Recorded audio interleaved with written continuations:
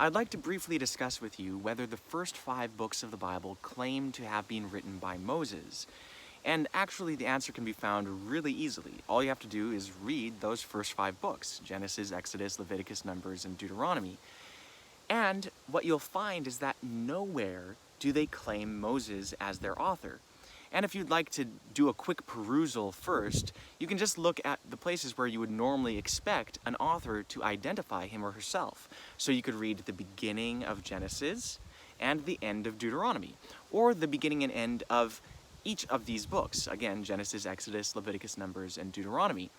And what you'll find is that at none of those places is there an identification of the author, whether Moses or anybody else.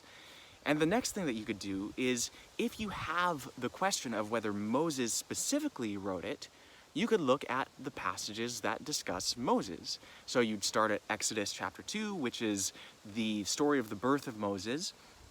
And there you'll find that it's not speaking in first person Moses. It's not Moses saying, and when I was born, such and such happened to me. No, it's just speaking about Moses the same way that it spoke about Joseph or Abraham or any other person in the story. And you could also look at the end to see how Moses is described, and what you'll find is that it talks about the death of Moses. And it's not talking about the death of Moses as a future reality, which Moses himself was anticipating. It's describing his death and burial in third-person terms. Clearly not what you would expect if Moses himself was writing it. But the main point here is just that these writings do not claim to have been written by Moses. Now, if you are someone who believes in Scripture alone, then you need to recognize that the idea that Moses wrote the first 5 books of the Bible is not a scriptural claim. It is something that people impose upon these writings from outside of them. So if you aren't into that, if you want to teach Scripture and Scripture alone, then you must abandon the idea that Moses wrote the Pentateuch. But let's say you're someone who doesn't care about Scripture and Scripture alone. Maybe you're someone who's perfectly fine with accepting traditions that have no basis in Scripture.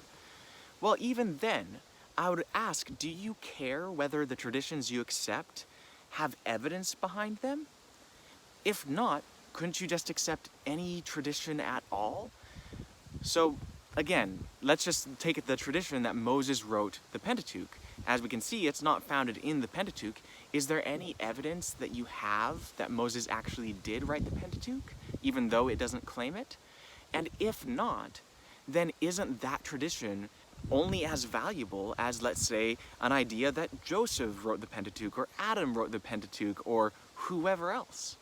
If our beliefs don't have to be rooted in evidence, then couldn't we just believe anything? So whether you adhere to Scripture and Scripture alone, or accept Scripture plus other things, the main thing that I would like you to seriously contemplate is whether you value truth. Do you care whether your beliefs are based in reality or not?